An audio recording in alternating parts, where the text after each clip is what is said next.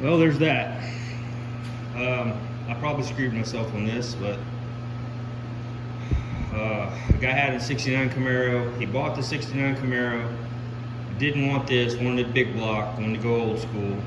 This had a T56 behind it, fuel injection, the whole thing. This is a 5.3, what I wanted for mine. I wanted to turbo mine, so I thought, man, this would be a good start. Came with the radiator and the wiring harness, and I'll probably end up having to go standalone. I'm having to learn all this stuff because I don't know squat about LS, and I'm having to go through this and learn, and turbos and poly terminator stuff and controlling all this crap. But why I say I think I got screwed. So what, I went over and listened to it. So whoever had it before put a camshaft and some springs in it. So they're beehive springs or some stuff. I don't know. I don't know what size camshaft. I don't know anything about. He didn't really know because he bought the car just for the body. Didn't care about the rest of it. And so he started it up, and it sounds like a freaking monster. Now had open headers on it, which I got the headers too, but I'll have to go pick them up because he forgot to bring them. He actually delivered this to me. But he said that basically he bought some O2 sensors for it that were the wrong ones. So like it was idling, and you could hear it's got the cam they put in. It sounds like a monster. I mean, it's legit. And then the guy put 799 heads on it. So these are later model heads. They've got bigger valves. I think the combustion chamber is a little bit bigger though, so it actually lowers the compression. So instead of having like 10-to-1, it drops it to 9-to-1 or 9.5-to-1 or whatever, which if I'm gonna have boost on it, maybe that's a good thing, maybe it's not. I don't know, I'm still learning, but I know that when people put superchargers and turbochargers on engines, a lot of times they lower the compression so they can run whatever gas or however that works. I'm still learning. I don't know how it works exactly. So you guys know, freaking fill me in on it. So, you know, listened to it in the car, sounded good. I'm like, okay, I'll take it. He said, I'll pull it out and bring it to you. So he pulled it out and brought it to me. And, you know, then I got a chance to really look it over good. And not that this is a big deal, but what I think I have here, this pan is just a stock LS pan that he cut to fit that, fit his cross member, which will work, and that's fine, but it's kind of hokey, kind of hack job. I mean, obviously it works, but what I think I ended up buying was a salvage motor out of a 2002-3 truck that somebody took and put 799 heads on, put a cam and springs in, and that's it. I think that's what I've got basically. And I paid probably too much money for it. I'm not gonna tell you how much I paid for it, but I probably paid too much money for it. Being that it's a salvage yard motor, like I think it probably was. The T56 behind it, I didn't want that because it came out of a 98 Camaro. Well, the 98 Camaros didn't really have much horsepower, and I'm looking at 600 horsepower or so, so I figured I'd shell that thing straight off the bat. So now I'm talking to a guy that has it's called a CD009 from a 350Z, 2005 350Z. They hold over 1,000 horsepower. They're 6-speed transmission. He's already got it converted, had it behind a LS motor, got a brand new clutch, all the stuff. I mean, it's aluminum flywheel, all the stuff. I don't know how much of that stuff would work here, but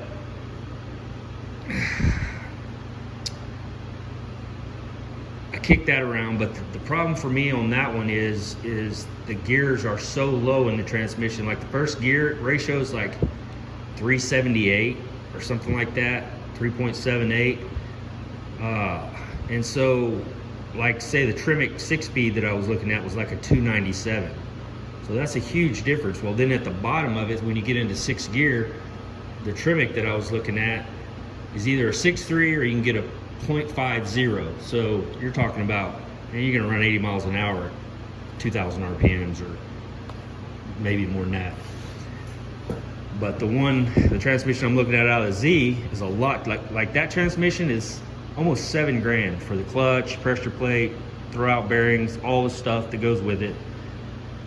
This guy has everything that I need to bolt everything up for a couple grand.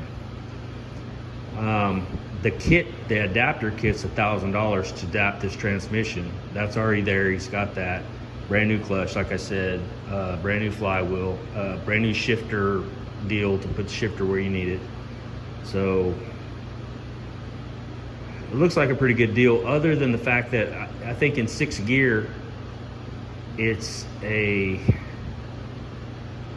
0.79 ratio, which I calculated up with the calculator, and I think I'll be running at like 2,200 RPMs. I'll be doing 65 miles an hour or something like that. I'd have to look again, but I know that I run 75 miles an hour down the highway most of the time, and I'm thinking, you know, just for cruising, it's not going to be that friendly. It's not going to be much better than the Muncie 4-speed that I had behind the big block, and I would be cruising in it, be 3,000 RPMs, just screaming at 60 miles an hour. And I hated that because cars are just flying past me. So that's why I was thinking, you know, go ahead and get the Tremec transmission, go that route, and you know, you have the best of both worlds or whatever. And I don't have 10 grand to go buy a brand new motor, but I have enough money to buy the turbo, to buy that transmission, to do all the stuff I can do to get this, basically get me a base to get this running. So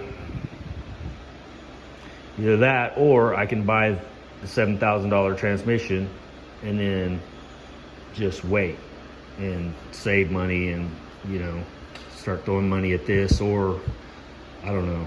I'm gonna pull the pan off of it. I'm gonna pull the valve covers off.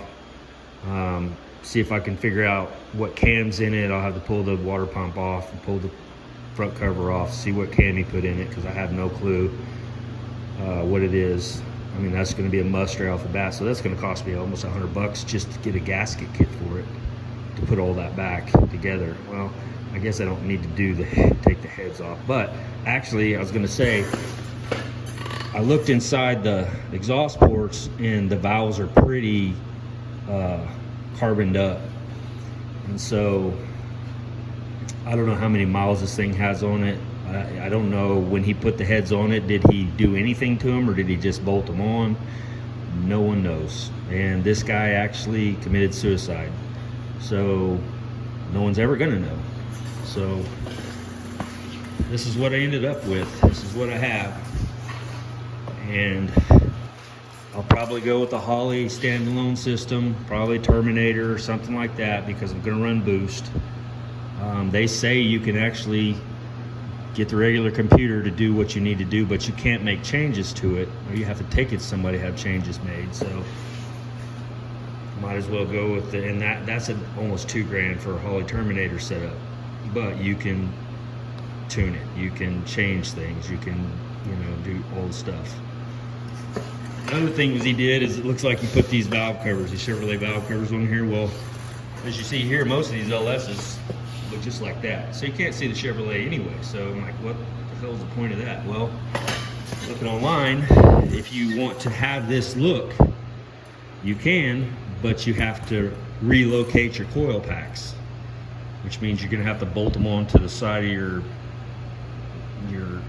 wheel well or something, which I don't think looks all that great. Or you can buy these, they're like $500 for,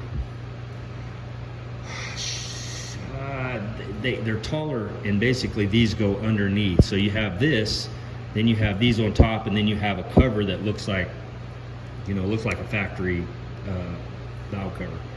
Those look pretty good, but again, they're $500. This manifold looks like ass.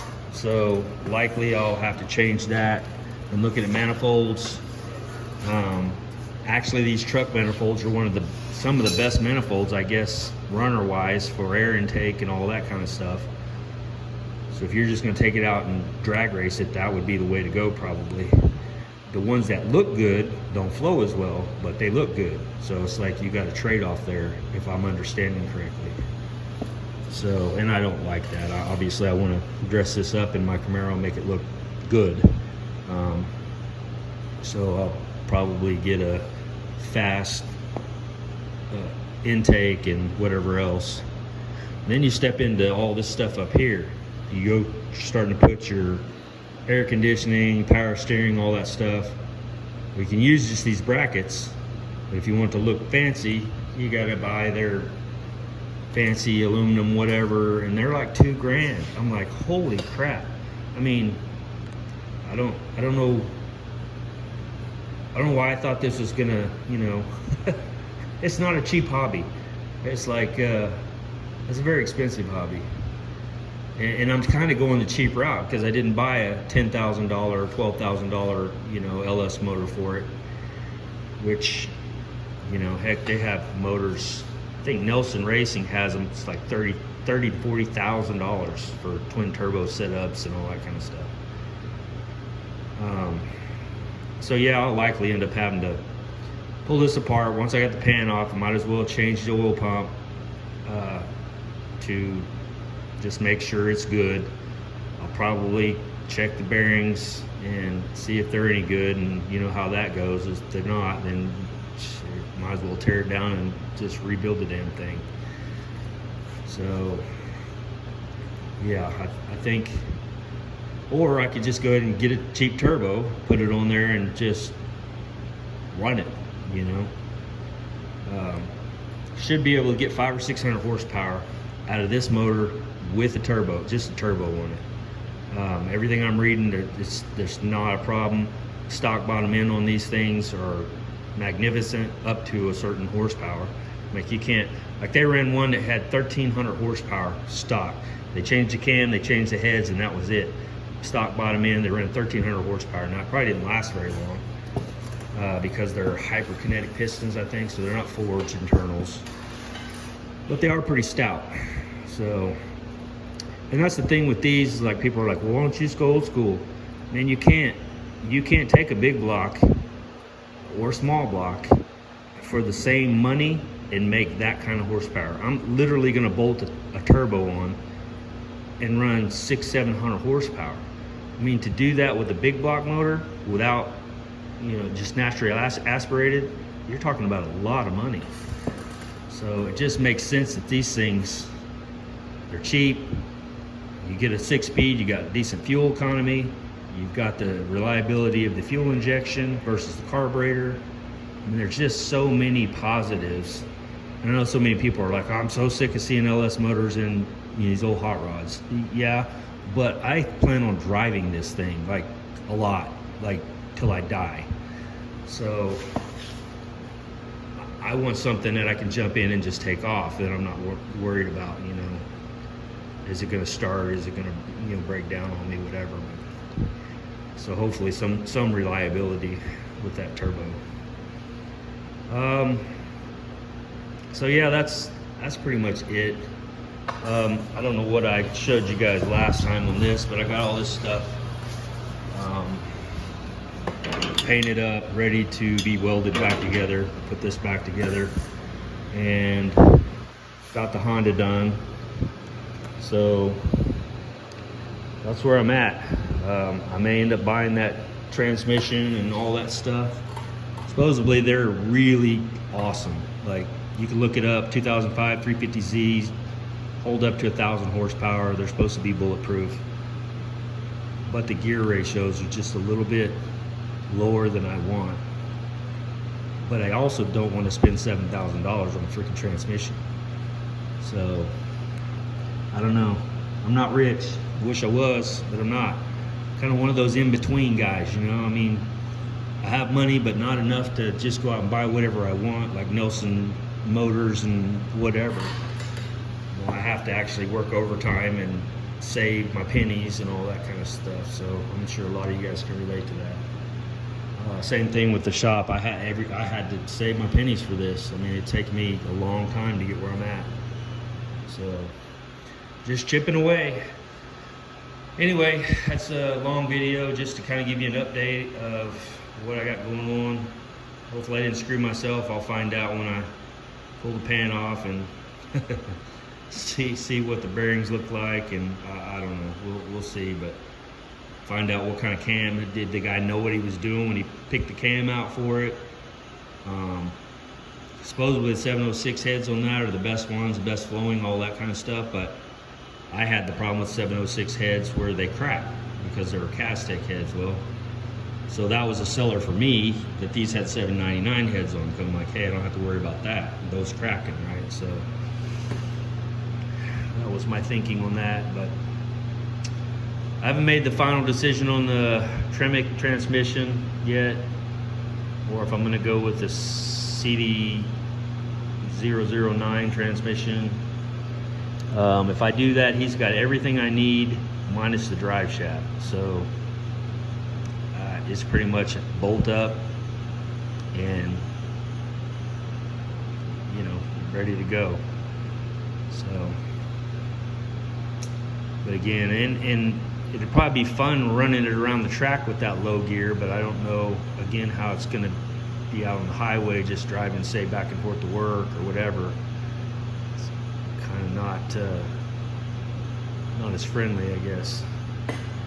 So anyway, that's it. I made this way too long and I'm just rambling. So I will get off here and hope you guys have a good weekend. I don't even know what day it is. Yeah, sorry. I hope you have a good weekend, and we'll talk to you next time. See ya.